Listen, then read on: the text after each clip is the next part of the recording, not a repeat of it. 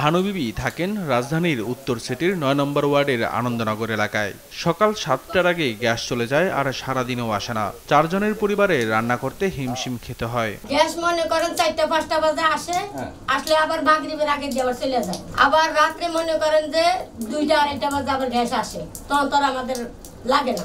আনন্দনগর এলাকা দিয়ে বয়ে যাওয়া কল্যাণপুর খালে ময়লা আবর্জনা আর দখলের কারণে বন্ধ পানি প্রবাহ। ফলে বৃষ্টি হলেই তৈরি হয় জলাবদ্ধতা, নানা রোগে আক্রান্ত হচ্ছে মানুষ।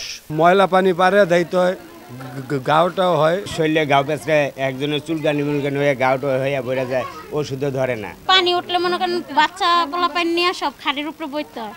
আবার এখন আবার যে একটা সাপ বাইরেছে ওইটাও আসলে তো আরো বেশি অসুবিধা পড়ে যাবে। খালের পানি প্রবাহ কেন বন্ধ, এমন প্রশ্নের উত্তর খুঁজতে স্থানীয়রা দেশ টিভির টিমকে নিয়ে যায় খালের শেষ মাথায়। সেখানে দেখা যায় দেয়াল দিয়ে খালে পানি প্রবাহ বন্ধ করে দিয়েছে খালেক সিটি।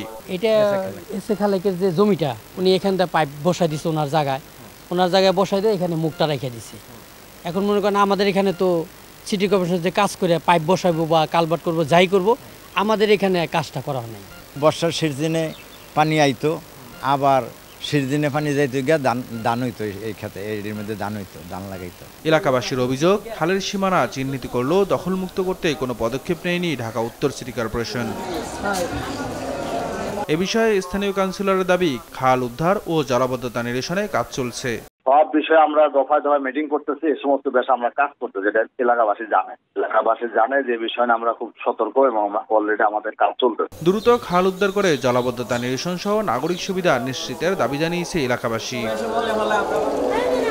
মিয়াজ মুর্শিদ, দেশ টিভি, ঢাকা।